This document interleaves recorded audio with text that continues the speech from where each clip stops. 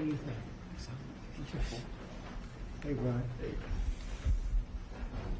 Thank you very much. We have a very big announcement to make today. You all know Johnny. He came all the way from Italy, the beautiful country of Italy, to be with us. And he just got off the plane, and he's a hardworking guy, does a phenomenal job with FIFA. Nobody like him. I'm delighted to welcome FIFA President Gianni Infantino back to the White House for a major announcement about one of the most anticipated competitions in all of sports, the 2026, and this is a big deal, I'll tell you. I was so happy to get it, the 2026 FIFA World Cup. And it's going to be the World Cup as we know it. It's the biggest, probably the biggest event in sports, I guess, Johnny, right? Yeah. On December 5th of this year, the 2026 FIFA World Cup draw will take place at the Kennedy Center. Some people refer to it as the Trump Kennedy Center, but we're not prepared to do that quite yet, maybe in a week or so. But right here in Washington, D.C., it's a tremendous honor to bring the global event and this incredible group of people and these unbelievable athletes, the best athletes in the world, to the cultural center of our nation's capital. I just left the Kennedy Center. We're spending a lot of money wisely on making it really beautiful. It's going to be beautiful again. It's like Washington, D.C. We had, by the way, in Washington, D.C., we have the lowest crime numbers they've had in years.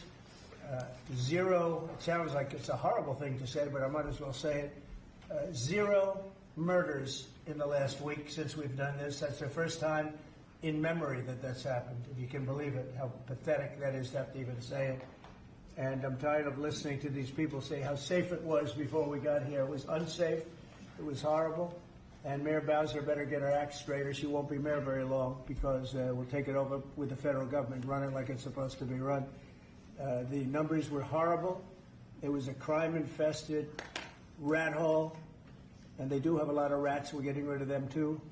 And we've made a lot of progress, and it was extremely unsafe, and now it's extremely safe. We had virtually no crime. The number was down 87%, and I'm trying to figure out where was the 13%, because I don't think it existed. The National Guard has been unbelievable, and they're working with the police, and they have some very good people in there. They have some people that shouldn't be police, actually, but they have some great people there. And the Washington, D.C. is a whole different place, and Johnny, I'm sure you'll be happy to hear that too, actually. Oh, yes. But it's a whole different place. People are excited again. They're going out to restaurants again. That was the other thing I saw numbers, that restaurant business is down in the last week. No. Restaurant business, you can't get into a restaurant. Just really lying people. And that's why people don't understand how bad and how dishonest the press is. I saw one poll that had us at 19% favorable on what we're doing with Washington. Then I saw another one that has us 94% favorable. And I can tell you the 94% is correct. The others are fake, just fake news. They got to get their act together. So bad for our country, so sick, actually. So Washington, D.C. is really doing unbelievably well. And the Kennedy Center that we're fixing, I was just there all morning with contractors. We're making it unbelievable. It's going to be unbelievable. It's got great bones, but it needs a lot of work. The World Cup draw will set up the group stage of competition. 48 teams will play in 104 games across 16 North American cities, from Seattle to Vancouver to Atlanta to Miami. It's going to be so exciting for our country. The 2026 FIFA World Cup will be one of the largest and most complex events. This will be one of the greatest events, one of the largest. In a way, it's like Johnny said it better. It's like having many Super Bowls in a short period of time.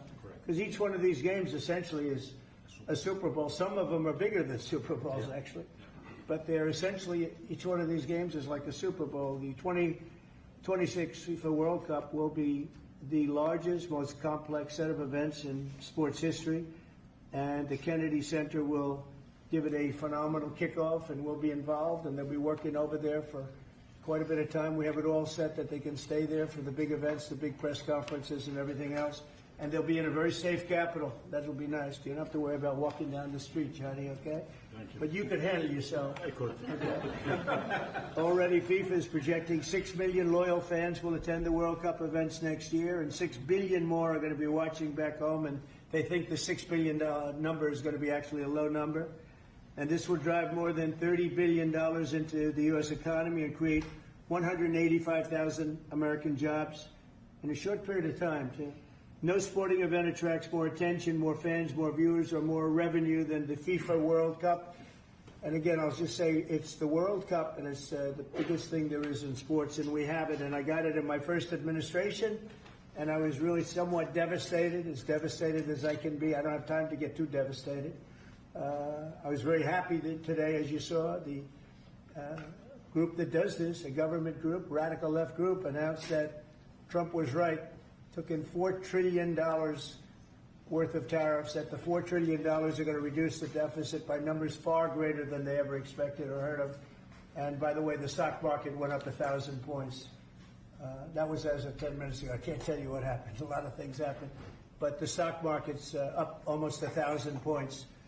And it's basically on the news that the release that just came out from government that the tariffs that everybody was talking about, that the whole world respects us for because of what we did.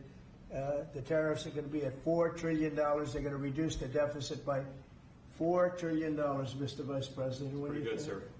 Too bad it's not 5, right? That's right. It's had a huge impact, and the stock market is way up. But this will drive more than $30 billion in U.S. economy and create 185,000 American jobs. No sporting event attracts more attention or more fans or anything else. And I just look forward to the draw. So we're going to have the draw, essentially, Johnny, at the Kennedy Center. Yeah. And by that time, it'll be in even better shape. We're working on it. It's about a year project to make it. It'll be great. It'll be fantastic. You see the way this is looking? Look, nice. I can't tell you how much that gold costs. A lot of money. There's nothing like gold, and there's nothing like solid gold. But with this beautiful office needed it. It had to be representative. When we took it over, it was dirty, not clean. I immediately changed the chair and had this beautiful desk renovated, brought out by the White House. People that do this, they did a great job to send it out. We have a craftsman who's great. But this was not appropriate for the Oval Office when I took over. And now you look at all those paintings you're allowed to turn back. All of these are great presidents, and they were all in the vaults. They were in vaults for some cases much more than 100 years, and now they're proudly hanging on the Oval Office walls. And I can't imagine anybody changing it. But they were buried in vaults for over 100 years, many of them. So it's very exciting. People come in, they really love it. They love what we're doing here. They love what we're doing in D.C., and they love what we're doing, most importantly, in the country and the world. I'd like to ask Johnny to say a few words. He's the head of the whole thing. He's been there for a long time. Probably the most respected man in sports. He's amazing, actually. Works very hard, and he's got the biggest event in the world coming right here to the United States. And a little, we did a little for Canada. We did a little for Mexico. We thought, see, I'm a good citizen. I said, let them have a little piece. So we gave a little to Canada. See how nice I am? And we gave a little bit to Mexico. And Johnny, please say a few words. Thank you, President. Great honor for me to be here with you today, President, Vice President, Excellencies. Fantastic to announce what you said, which is the final draw of the FIFA World Cup on the 5th of December here in the capital, in the Kennedy Center in Washington, D.C. at 12 noon sharp. It will be broadcast live all over the world. 1 billion viewers will watch it. And it will determine, of course, the match schedule, which 48 participating teams will play. You said it, 104 matches in 1 month, 104 Super Bowls. This is not just the biggest, the greatest event, not just a sports event, it's a social event as well, with a lot of emotion. We are uniting the world, Mr. President, uniting the world here in America, and we are very proud of that. And those teams, those national teams who will come here to participate in this draw with their coaches, with their presidents, they will all be proud to be part of writing this history. And that's why we brought as well this, which is the winner's trophy. It is the trophy that the winner of the FIFA World Cup wins. Only the FIFA presidents of countries, and then those who win can touch it, because it's for winners only. And since you are a winner, of course, you can as well touch it. It's pretty heavy. Yeah. It's the winner trophy. The last one who lifted that is Lionel Messi of Argentina. And here it is in the Oval Office in the White House. Can I keep it? What do you? Well, you can keep We're it not giving after the it World back. Cup. We're not giving it back. That's serious. It fits well. That goes very well on the wall right over there. We'll put it right below the angels. It fits well here. That's beautiful. Yeah, You can keep it until we have to give it to the next winner. That's fine. That's a beautiful piece of gold, I will say. That's beautiful. Yeah. So, 6 billion viewers for the World Cup, 6 million coming to the matches, 30 billion economic impact, 185,000 jobs. This will be absolutely fantastic. The biggest event ever, and everything will start here in Washington, D.C. at the Kennedy Center, or the Trump Kennedy Center. You'll see that, how it will be called, on the 5th of September at noon sharp. 5th of December, noon sharp.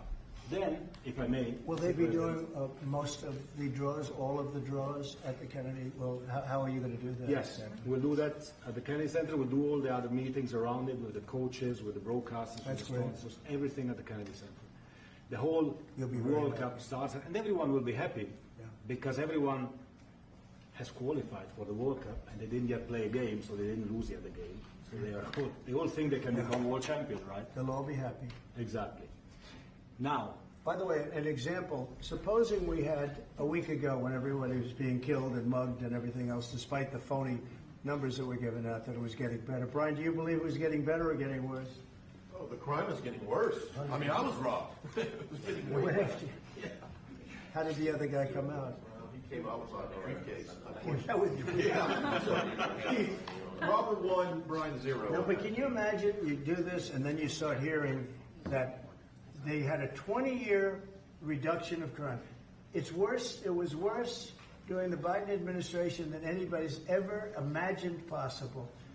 And I guarantee you he wouldn't be here if those numbers continued.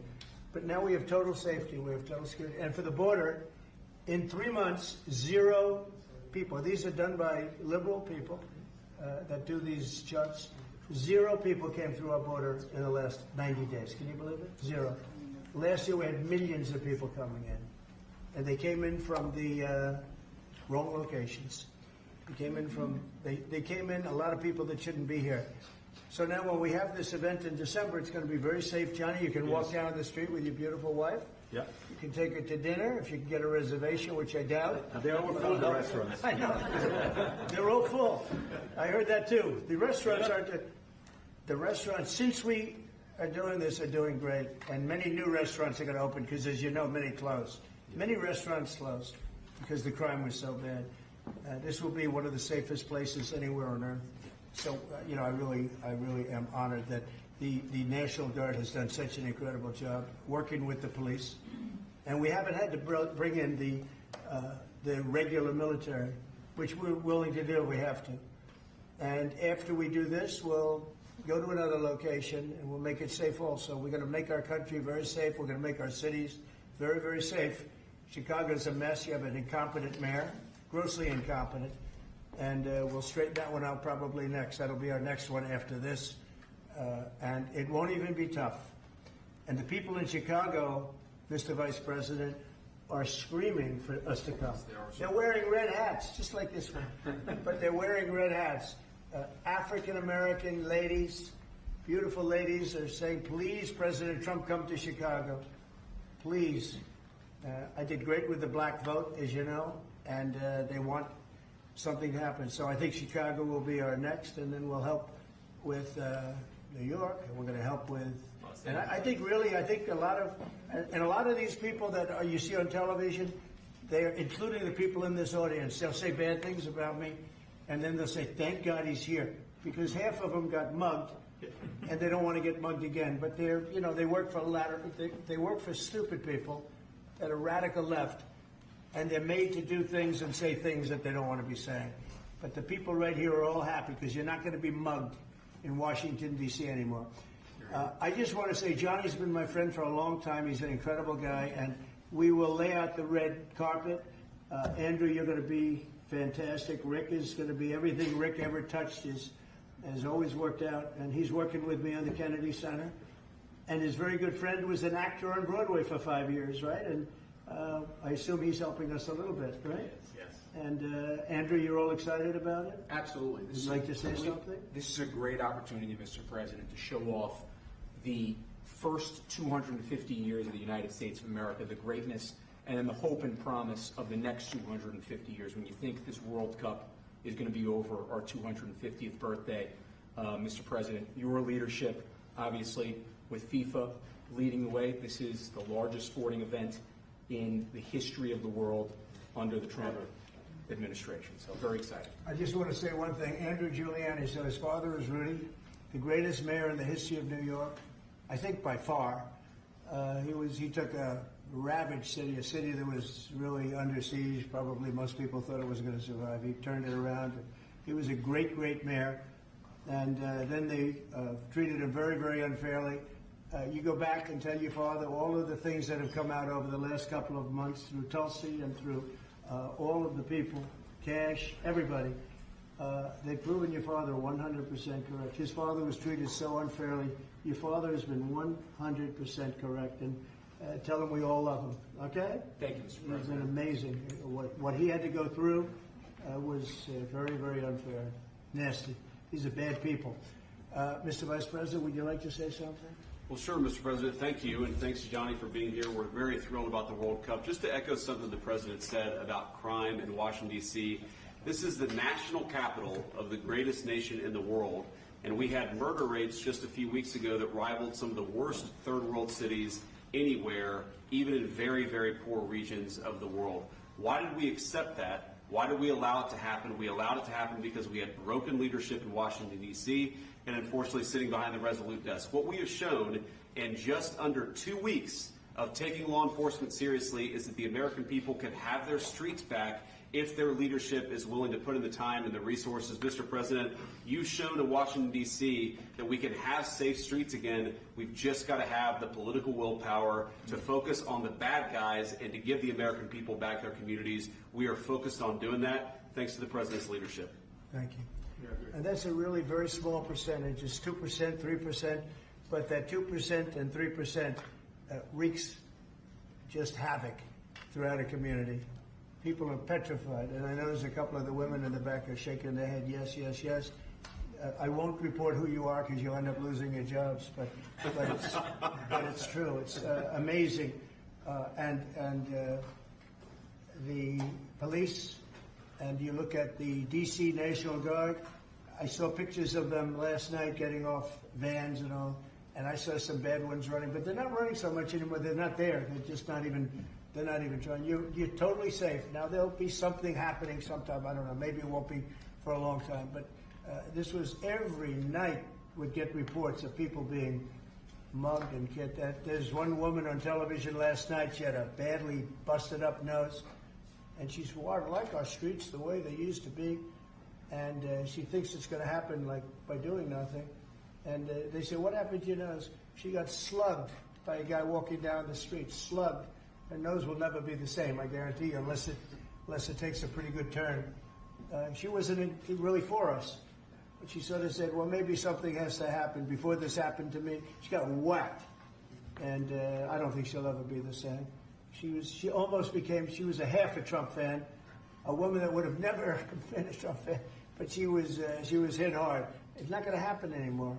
Not going to happen anymore. But then we're going to beautify the city, too. That's where I was today at Kennedy Center, and we're going to beautify the city like it hasn't. And we're working with Clark Construction, the biggest construction company in Chicago, and in Washington. And the head of Clark is great. He's all over the world, actually, but Washington, I would say, is their home. That's where they do the best work, the biggest work, and they've been doing a fantastic job. So you're going to have a fantastic, clean, beautiful place. It's going to be better than it ever was before, literally better than it ever was before. We'll get it done very quickly. And I want to thank Clark because they're doing a lot of work in a lot of different locations, but they've been fantastic for getting us the right contractors and the people that can really do the job right. And Johnny, did you want to say something? Yes, one more thing, because as you rightly say, with security and beautifying cities and the whole country. We want people to come and enjoy and have fun, and that's why this is not just the most iconic trophy in the world of sport, but we start on the 10th of September the sale of tickets for the FIFA World Cup, and we have the first ticket here for the final. For you. That's cool. Wow. It's of course row 1, seed 1. It's ticket number 45, 47, and it's for the final in New York, New Jersey. And so you have your ticket already for the final. All the others, 10th of September, start getting your tickets. That's beautiful. Yeah. 6.5, 7 million tickets. Fans will enjoy. Will enjoy the security here. Will be fantastic. You're going to do record business, I think. 100%. Christy, would you like to say something? Yeah, Mr. President, millions of people will come to this country, and we'll make sure they get their travel documents, their visas, that they want to come here and spend their money and enjoy the sporting event. It'll be the largest event in the world. And sir, you're reminding me of something that my dad used to say all the time when I was growing up. He would say, Christy, you kids need to look like you respect yourself before anybody's going to respect you. And in this country, when people look at our streets, when they look at our capital, you're bringing respect back to this city. And people will respect our country more because it's safe, it's clean, it's beautiful. And what you're doing is transforming this nation by making sure that our laws are upheld. And millions of people are going to come and be able to enjoy it next year, and I'm excited about that. Thank you for doing that. Well, our country is respected again. And a year ago, we had a dead country. I'm telling you, it was a dead country. It was a country that had lost its way. It was a country that was going to fail. Look, even today, where they say $4 trillion in reductions of deficits, and this was totally unexpected. They didn't expect it. I mean, I don't know where they've been, the people that do this stuff, but it's terrible. I want to thank Christy for another reason. I said to her 2 weeks ago, I said, Christy, do me a favor. I built hundreds of miles of wall. I built the same wall that the Border Patrol asked me to build. It wasn't my first choice. I wanted to do concrete plank and everything nice, but you wouldn't have been able to see through it. So I had Border Patrol in, and they tested everything else. And we gave them steel wall, high-grade steel, very hard to cut. And we gave inside that is 9,000-pound concrete, which is a very tough concrete. Inside that is rebar, a big, fat piece of rebar. So you have all different materials that are very hard to cut, and you need different instruments to cut each one. And I said, Kristen, we got to get a coat of paint on it. And I didn't know she was listening, but I said, we got to get a coat of paint, and it should be black, because black makes the steel very hot. It's untouchable. You could fry an egg on it.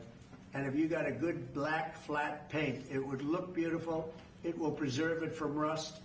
And that was it. And I gave it to her along with 30 other things, and she's done such a good job on the border with Tom Holman and the group.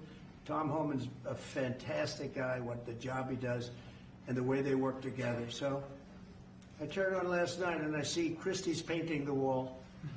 And it looked beautiful, by the way, when that paint went over there. And it's hot. It's hot. It's hot. If it's white, it's not hot. If it's black, it's going to be very hard to climb that sucker. It's not going to be easy.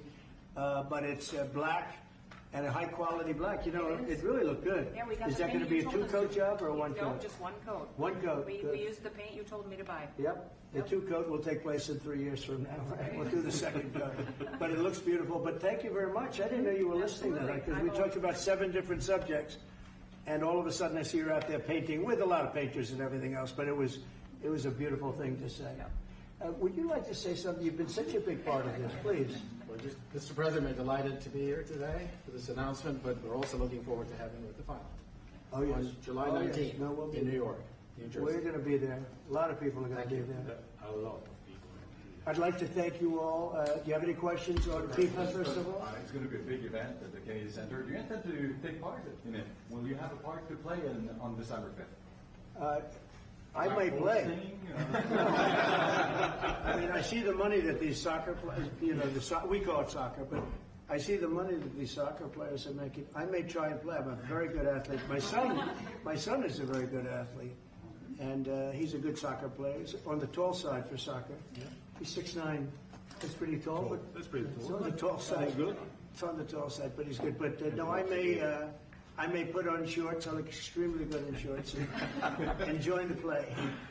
No, it's going to be a lot of fun. It's going to be great. Many foreigners who want to come to attend the event are concerned about the visa situation. Can you reassure them? Yeah, they're going to have a very easy time getting in. Certain countries are going to be very, very easy, and other countries are going to be obviously a little bit more difficult. Would you like to explain that, Chris? Yeah, absolutely. We have a process set up that we'll be implementing on getting visas approved. Everybody will be thoroughly vetted, but they'll be welcome to this country. It'll happen quickly, and we're excited for them to come. So I would hope that around the world people know that the United States is excited to bring their family here to enjoy this event. America welcomes the world. Yes. And I can really, from the collaboration that we have, testify for that, absolutely. And I just sent a picture from somebody that wants to be there very badly. He's been very respectful of me and of our country, but not so respectful of others. But I'm going to sign this for him, but I was sent one, and I thought you would like to see it. That's a man named Vladimir Putin, who I believe will be coming, depending on what happens. He may be coming, and he may not, depending on what happens. We have a lot of things happening over the next couple of weeks. But I thought it was a nice picture of him. Okay of me, but nice of him. So that was very nice that it was sent to me. Okay? Mr. President, on yes. that subject, have you talked to Vladimir Putin about the fact that yesterday a big U.S. factory was hit in a Russian airstrike in Ukraine? What's your reaction to I that? told him I'm not happy about it. And I'm not happy about anything having to do with that war. I settled 7 wars, and actually, if you think about it, pre-wars, add 3 more, so it would be 10. I thought this would be in the middle of the pack in terms of difficulty. No, I'm not happy about anything about that war. Nothing. Not happy at all. We'll see what happens. I think over the next 2 weeks, we're going to find out which way it's going to go. And I better be very happy. How long are you willing to wait, I had a Mr. very good President? call with Prime Minister Carney of Canada yesterday morning. Yes. Actually, Canada is taking away some retaliatory tariffs. He's So- removing his tariffs, yeah. Exactly. He's removing his retaliatory tariffs, which I thought was nice. And we're going to have another call soon. Yeah, we had a very good call. You're getting closer towards an Well, I agreement like on him. trade? I like him. You know, look, I'm fighting for the United States. Canada and Mexico have taken a lot of our business over the years, over 25, 30 years, especially during the Biden years. They took a lot of our business, and it's basically all coming back into the United States now. Well, hot as a pistol, and it's coming back in. Because of tariffs and the incentives we give, it's coming back. And it's impossible, I think, for another country to stop it. And we are working on something. We want to be very good to Canada. I like Carney a lot. I think he's a good person. And we had a very good talk yesterday. So I think it'll be good. Mr. President, I have a question about the search of Ambassador Bolton's home. The Vice President recently just did an interview saying that it's about classified documents, but that there's also broad concern about him. What are the concerns? Well, that I you haven't have? spoken to Pam in the group yet, but I will be. I saw that just like everybody else. I try and stay out of that stuff. I'm allowed to be, and I'm chief law enforcement officer, believe it or not. You know, I don't like to go around saying that, but I am. That's the position. But I purposely don't want to really get involved in it. I'm not a fan of John Bolton. I thought he was a sleazebag, actually. And he suffers major Trump derangement syndrome, but so do a lot of people, and they're not being affected by anything we do. I don't know anything about it. I just saw that. I'll find out about it. But if you believe the news, which I do, I guess his house was raided today. But my house was raided also, called Mar-a-Lago. They went through everything they could, including my young son's room and my wife's area. They went through her drawers, as the expression goes. They went through everything you can imagine. And when she came back, she said, she's very neat, you know, she's meticulous. And she looked and she said, whoa, this wasn't the way that she had it. So, you know, so I know the feeling. It's not a good feeling. Thank you. Mr. President, on Ukraine, how long will you give Putin? A couple of weeks. We're going to figure it out. We'll find it. Do you think you'll have to intervene at some point? Look, it takes 2 to tango. You understand that. I wanted to have a meeting with those 2. I could have been at the meeting, but a lot of people think that nothing's going to come out of that meeting. You have to be there. Maybe that's true. Maybe it's not. But we're going to see. In the meantime, people continue to die. But I solved 7 of them where they were in wars for 31, 35, and 37 years. We had 3 of them that were for more than 30 years, Johnny, and I got them solved. And we solved one that could have been a nuclear war with India and Pakistan. That was getting ready to be a nuclear war. I solved them all. And this one, I thought we would have had it done by now, but it's more different. There's a lot of anger, a lot of hatred. There's a tremendous amount of hatred there. So, but we'll see what happens. I think in 2 weeks we'll know which way I'm going. Because I'm going to go one way or the other. And they'll learn which way I'm going. Mr. President, if I've got two questions for you, one on FIFA, the other one on DC. Let's talk. Can you talk about the economic impact that FIFA will have in these cities, and what's your message to the mayors to get their cities prepared, not only the beautification process, but also the safety aspect? Well, Los Angeles is an example. You know, it's poorly run. We have a mayor there that can't even get permits to the people that lost their houses. Lee Zeldin got every permit. The hardest permit is the federal permit. Within 20 days, every single permit was there for the people to build their houses. But people are writing us and they're saying they won't give us. The mayor is incompetent. The governor is incompetent. You know, Gavin. I know Gavin very well. He's an incompetent guy with a good line of bullshit, and he doesn't get the job done. And frankly, those people want to build their houses. It's terrible. They could have been built. Some of them could have been built already. But think of it, the federal government that has the most complex part, and it's the most complex environmental thing to do. We got it, everybody had it within 30 days. And they're not even close to getting their permits. And now they're talking about taking some of those sites and building low-income housing on them. These are high-end neighborhoods. And I'm all for low-income housing. I built a lot of low-income housing. I know all about 236. I know every program that there is in the government. I used every one of them. I know more about low-income housing than probably almost anybody. And it's great. It's fine. It's wonderful. But you don't build it in Pacific Palisades. You don't build it there. And you don't build it in the other areas that burned down. So they're talking about putting up low-income housing. And you talk about riots. They're going to have riots if that happens because you're taking the people's property away. They want to build their houses, and they're unable to get permits from the mayor and from the governor. And that's a terrible thing. But, and let me tell you, if I didn't send in the troops in Los Angeles, Johnny wouldn't be in Los Angeles. You wouldn't be having your World Cup there. I sent in the troops, and we kept it. And even the police commissioner, the sheriff, and the police commissioner, they all said the same thing. They said, we could have never handled what was happening. You saw that. You were there. He said, we could have never handled what was happening. And then you hear Gavin Newsom. After it's all quelled, you hear Newsom get up and say, we could have done this for ourselves. No, they couldn't have. And if they could have, I wouldn't have taken the chance either. Okay, my second question is on crime prevention. Would you be open to expanding the national concealed carry to apply to D.C. like it does in other states like Texas? Yeah. Well, they have it in some states, and they feel strongly about it. As you know, I'm in favor of it. People have to protect themselves. I'm a Second Amendment person, very simply. People have to be able to protect themselves.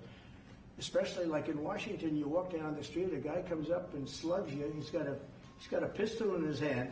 You can be tough, you can be in great shape, you can be a powerful person, or you can be a guy that weighs 100 pounds with a gun in your hand. And I'll bet on the guy with the gun 100% of the time, right? And so you need protection. So I'm a Second Amendment person all the way. Yeah, please. President Trump, you said this morning that you're working with Congress to get $2 billion to help clean up D.C. Have you had any conversations with Mike Johnson and John Thune about where they're going to get that money from? Which money? You said this morning that you're going to get $2 billion from Congress to help clean up Yeah, D.C. I've spoken to Mike Johnson. I've spoken to John Thune, the Senate, the House. And I think it's going to be very easy to get it. It's going to be not a lot of money. I wouldn't even know where to spend the number that you mentioned, but it's going to be money to beautify the city. Yeah, they're ready. Everybody wants to save D.C. In one way, it's the easiest. The violence was more than any other city in the country, actually, by far. It may have been more than any other city in the world, if you could think. We looked at some of the worst cities in the world. It was worse, and that's why it angers me to see the mayor saying about how they have it on the slide. Not on the slide. It was worse than ever. We have no problem getting that money. That money will come out of Congress. I think it'll be even bipartisan. And is the plan I mean, I would imagine Democrats would vote for that one. Is the plan to get it before the September 30 spending deadline on the Hill? Well, I don't know if there is a deadline, because if I declare a national emergency, which this was, that ends the deadline. So, I mean, I keep seeing about a 30-day deadline, of which we have 22 days left or something. But if I think we're in great shape here, that's one thing. But if I don't, I'm going to just say it's a national emergency. And if I have a national emergency, I can keep the troops there as long as I want.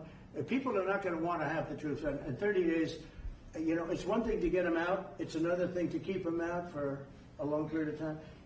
You've got to train people. You can't do this. You can't bop people over the head. And a lot of those people are in courts right now, going to court. They're going to go to jail for a long time. So that's going to take more than 30 days. But if I have to, I'll declare a national emergency, which I don't think I'll have to do. Yeah. Mr. President, you said in 2 weeks you'll know whether you go. Yeah, I think I'll know. I think I'll know the attitude of Russia and, frankly, of Ukraine. It takes two. What are the 2 ways you can go at the end of 2 weeks then? Well, then I'm going to make a decision as to what we do. And it's going to be a very important decision. And that's whether or not it's massive sanctions or massive tariffs or both. Or do we do nothing and say it's your fight? Look, I would have never been in this war if I were president. You wouldn't have had this war. It was never going to happen. This was caused by stupid people that fought. And you know, people say, well, how do we know? Because for 4 years, it was never even a subject. And Vladimir knew, and you see his picture right here. It was nice that he sent, but Vladimir knew very strongly we wouldn't have stood for it. It wouldn't have happened. 100% wouldn't have happened, but it did happen. And now they're losing from 5 to 7 young kids. Think of it, you're a parent and your son is leaving. He's Russian or he's Ukrainian. And he's leaving and they're waving goodbye. Nice, beautiful kid. Nice crew cut, all set. He wants to be a soldier. And goes there first week, he has his head blown off. And he's no different than you people, me. And it doesn't matter where. I mean, I solved the problem in the Congo that was vicious. Rwanda and the Congo, the Republic of the Congo. And they were fighting for 31 years, and it was machetes. People were getting their heads chopped off. That was going on for 31 years. I got it solved. You saw it. They came to the White House and we signed an agreement. It was amazing. People can't believe we got it done. I love to stop killing. I really do. People thought it would be just the opposite. Hillary Clinton said, oh, he'll get us into a war. No, I'm getting everybody else out of wars. Are you saying there's a real possibility then that you do nothing if Putin doesn't come to the table for a ceasefire? I'll see whose fault it is. If there are reasons why, I'll understand that. I know exactly what I'm doing. We're going to see whether or not they have a meeting. That'll be interesting to see. And if they don't, why didn't they have a meeting? Because I told them to have a meeting. But I'll know in 2 weeks what I'm going to do. I have pretty good ideas. Your Justice Department is also sending some of the Epstein files over to the House Oversight Committee today. Are you in support of them releasing all of them? Keeping it open. If they wanted to release, people shouldn't be hurt, but I'm in support of keeping it totally open. I couldn't care less. You got a lot of people that could be mentioned in those files that don't deserve to be. People, because he knew everybody in Palm Beach. I don't know anything about that, but I have said to Pam and everybody else, give them everything you can give them, because it's a Democrat hoax. It's just a hoax. The whole Epstein thing is a Democrat hoax. So we had the greatest 6 months, 7 months in the history of the presidency, and the Democrats don't know what to do, so they keep bringing up that stuff. But it affected them. Bill Clinton was on his plane and went to the island supposedly 28 times. I don't want to bring that up, frankly. You have Larry, whatever his name is, Summers, the head of Harvard, who was Jeffrey Epstein's best friend. Nobody ever talks about that. I mean, but I don't want to hurt Larry Summers, but he was best friends with Jeffrey Epstein. No, this is a Democratic hoax to try and get the significance of what we've done over the past 7 months. Nobody's ever seen anything like it. They say it's #1 in history. What we've done, including stopping 7 wars. I mean, just include that. And now you look at the stock market today. It's way up to start off with from where I took it. And this market was going to crash. If Joe Biden or Kamala were president, this market we would have had a crash like in 1929. You're not going to have that. It's only a question of how high is it going to go. You know, I had the strongest economy in the history of our country. And despite COVID, we had the strongest economy in the history of our country. And we're going to blow it away this time. I was always good at making a lot of money. And whether it was for myself or whether it was, I like doing it this way better. I mean, I like making it for the country. Our country's been ripped off by friend and foe, nations all over the world ripped off. And the friends have been much worse than the foes for the most part. And they're not ripping us off. We just signed a deal with the European Union. They're paying us essentially $950 billion, like a signing fee. They're going to buy $750 billion worth of energy. They weren't buying much of our energy there. And they're very smart in doing it.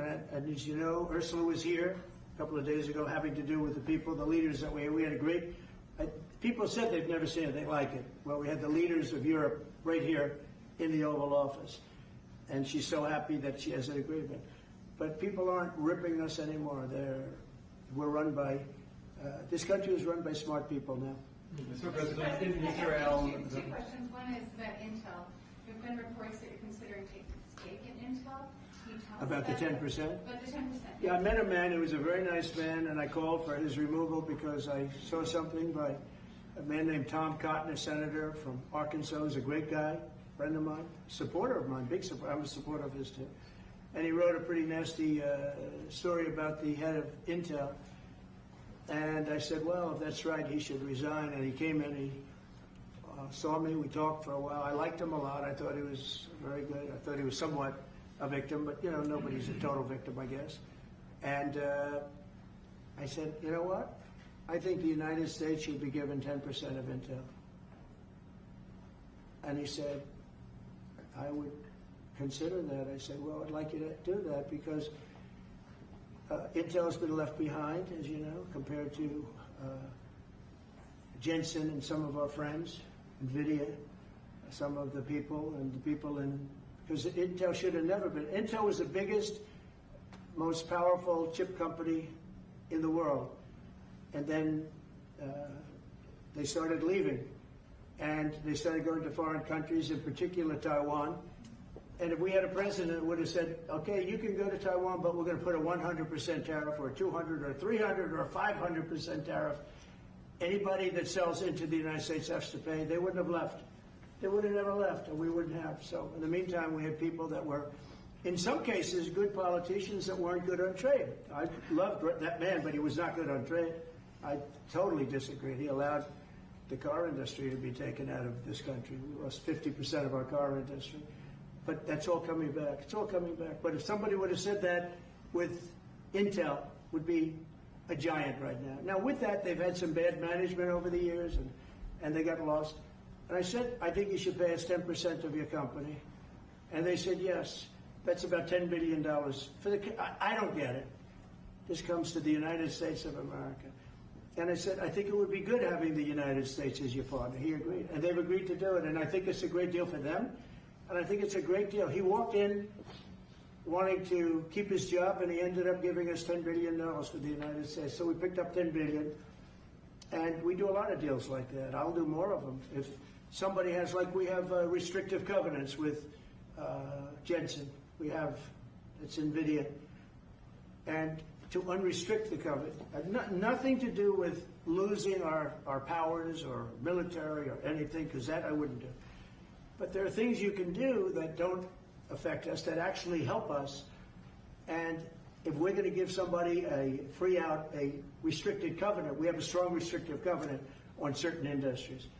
And I will absolutely give somebody a opening on a restrict to do a lot of business, which is good for us, as long as it doesn't hurt us in a security or military way.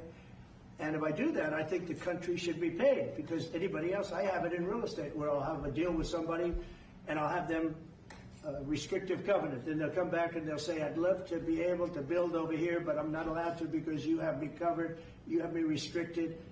I say, I'll let you build over there, but pay me a lot of money. No different. But the country never did it because the country was run by foolish people. You said Chicago might be next. Are you making, have there been concrete steps that the administration is taking to do that? Or what are other cities as well? I haven't spoken to them. He's grossly incompetent. I haven't spoken to the mayor. No. When we're ready, we'll go in and we'll straighten out Chicago, just like we did D.C.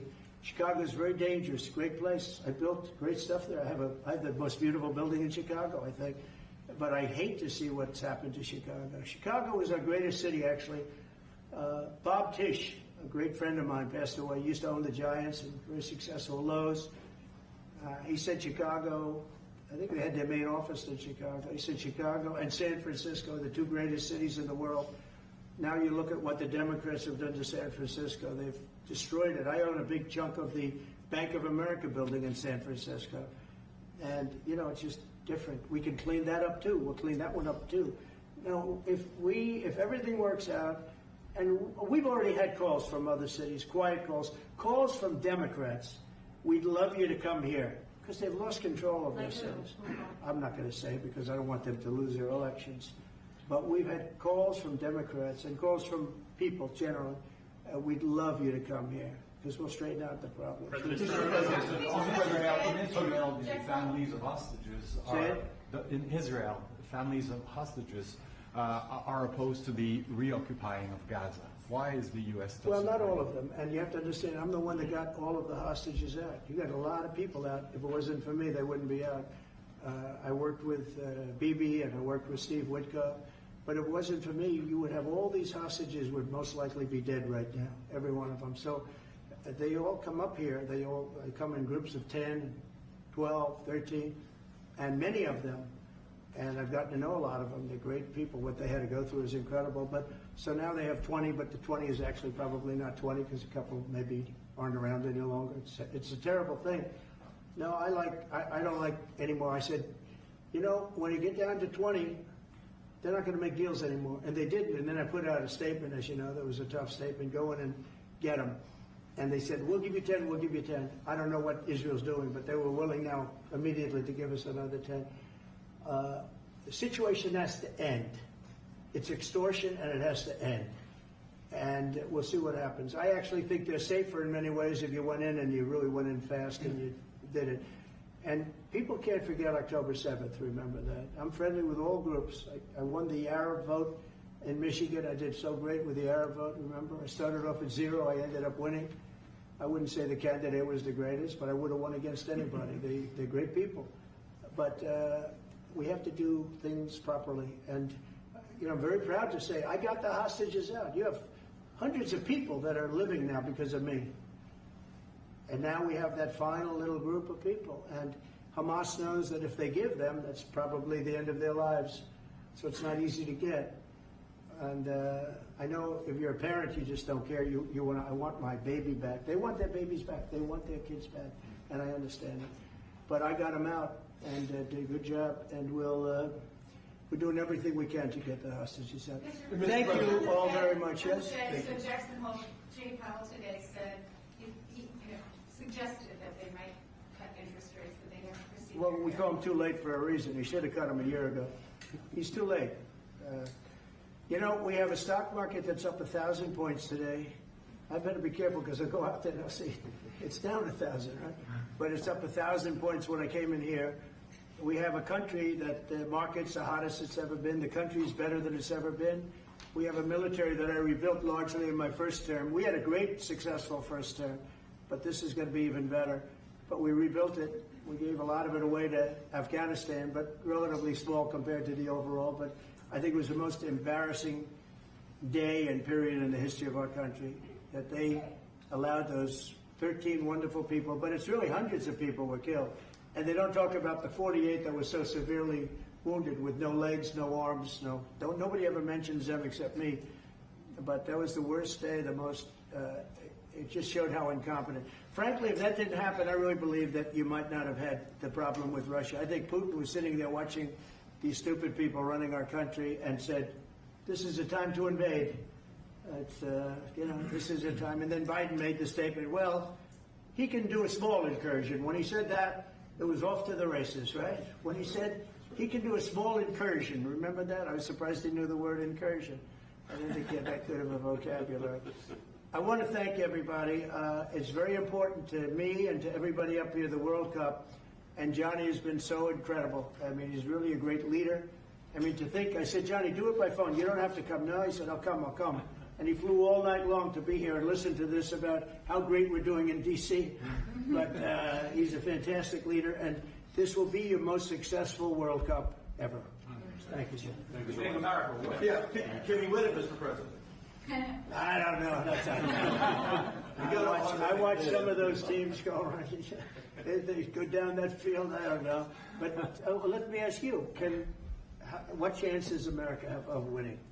Well, the home team always has a good chance to win. It depends See, how he's it a good starts. No, but there's some good we have a players. shot. Yeah, of course. Of course, you have a chance. Will Bears be going to the games, Mr. President? I'd love to have him. He'd love to. He's very tall. Maybe we could make him a goalie.